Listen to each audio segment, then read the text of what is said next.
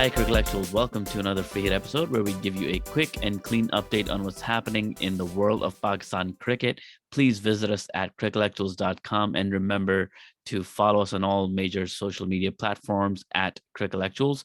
We're doing something unique here today. For the first time, we're putting a video of the free hit where you can put the face to the voice and get to see me while I talk to you about our news stories for today. So definitely go to our YouTube channel at Crickellectuals and subscribe so you can get all future videos. We have lots of headlines today, big and small, so let's get to them. Here are the top stories of the week.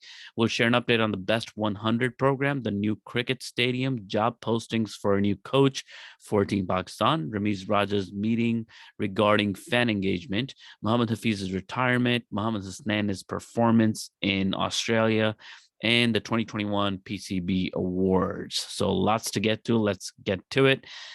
News story number one. A few details about the 100 Best program have emerged. Ramiz talked a little bit about this on several different occasions in front of the press, and a few details have emerged around who the 100 children are going to be. It sounds like they're going to be between the ages of 11 and 19. And 100 program is kind of like a scholarship program where the children who have shown some kind of aptitude in cricket, some talent in cricket, will be granted a 30,000 rupees stipend monthly so that they can focus on cricket, but also receive a cost-free education at a good school. And they can work on their cricketing skills and also how to become a professional cricketer. So lots of really, really good things embedded in this program. And it's a great opportunity, but it is limited to only 100 children. And it is for the entire age band of 11 to 19. The other cool thing about this is that children who get accepted into this program get to live on a stadium property where there will be rooms and children will be able to stay in those rooms.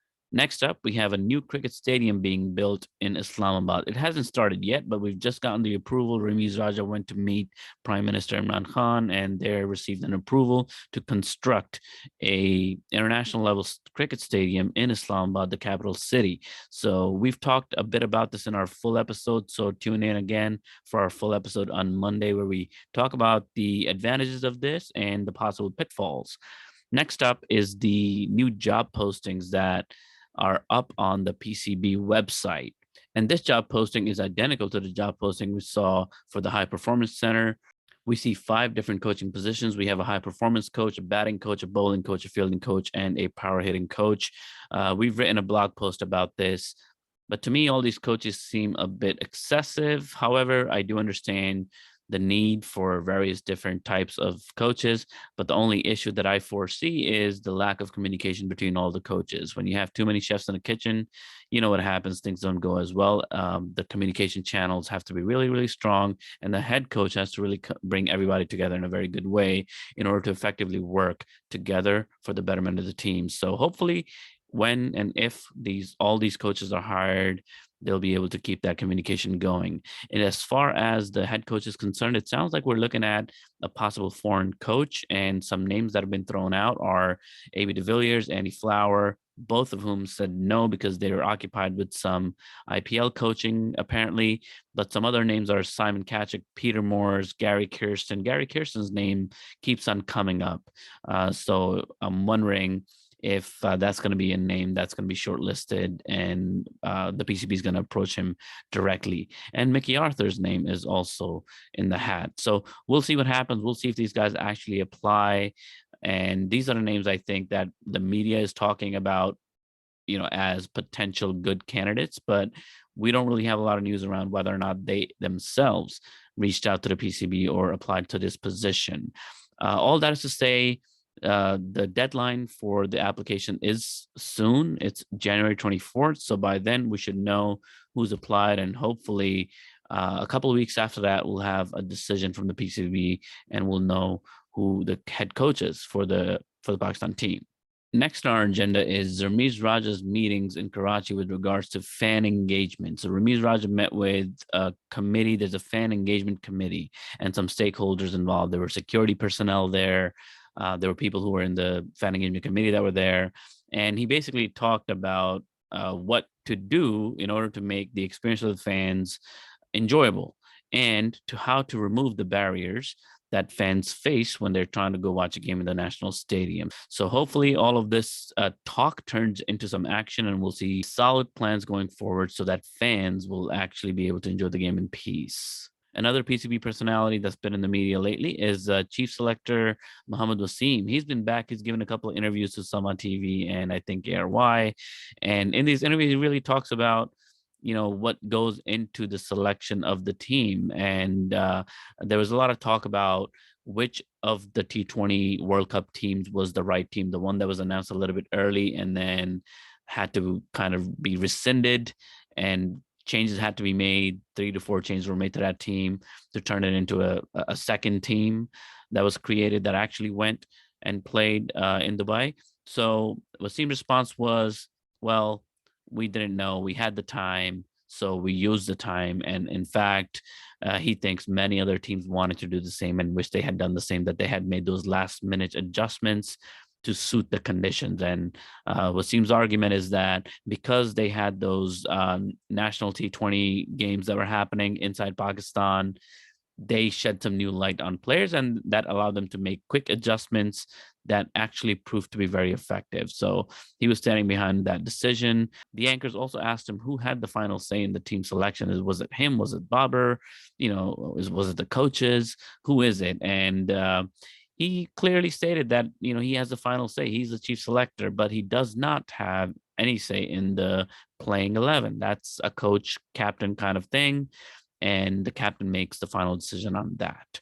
Now that we have some clarification on that, let's move on to the next stories. We have stories related to a couple of players. First, Mohammad Husnain's performance in Australia. He took 3 wickets in a maiden over for Sydney Thunders. That's the team he plays for. So a really impressive performance by Husnain. The video is everywhere. You should Google it, check it out. That entire over he bowled was really, really good. In fact, only the first delivery, the first wicket that he got, that was kind of a loose ball, but he may have gotten a little lucky there, but the rest of the over was really tight. Definitely worth watching. Next up is Mohammad Hafeez's retirement. As we all know by now, a couple of days ago, Mohammad Hafeez held a press conference with the PCB and announced his retirement.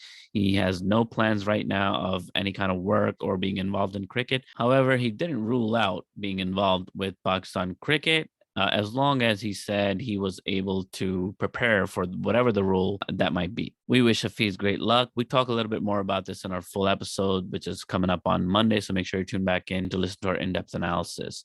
And the final story of the free hit is the 2021 Annual Pcb Awards. So the 2021 PCB Awards had 10 categories, and they had been sharing nominees in all of these categories on social media for the past couple of weeks. It was a virtual event that was broadcasted live on Facebook. We watched it on Facebook, and it was a really well-run event. And the winners in each category are as follows. First up, we have the most impactful performance of the year. That went to Shaheen Shah Afridi for his performance in the first T20 between Pakistan and India in the T20 World Cup. No surprises there. The second award went to Mohammad Wasim Jr. for the Emerging Cricketer of the Year. The third award was the Odi Cricketer of the Year, which went to babarazam, and the Women's Cricketer of the Year went to Nida Dar. Test Cricketer of the Year award went to Hassan Ali. The Spirit of Cricket award went to the moment when, during the T20 World Cup, the Pakistani team went to the Namibian dressing room to visit them and to talk to them and to cheer them on. The next award was in the category of T20 Cricketer of the Year, and people thought it was going to be Babar, but actually it was Mohammad Rizwan for scoring probably the most runs in the calendar year. Then we had the Umpire of the Year award that went to Asif Yaqub, and Domestic Cricketer of the Year award went to Sahibzada Farhan. That one was a surprise to me. I had not seen enough of Sahibzada, and I'm looking forward to checking him out a little bit more to see what he's about. And lastly, the MVP, the Most Valuable Player of the Year award went to, once again, Mohammad Rizwan. So Mohammad Rizwan capped up 2 big awards, the Cricketer of the Year and the Most Valuable Cricketer of the Year.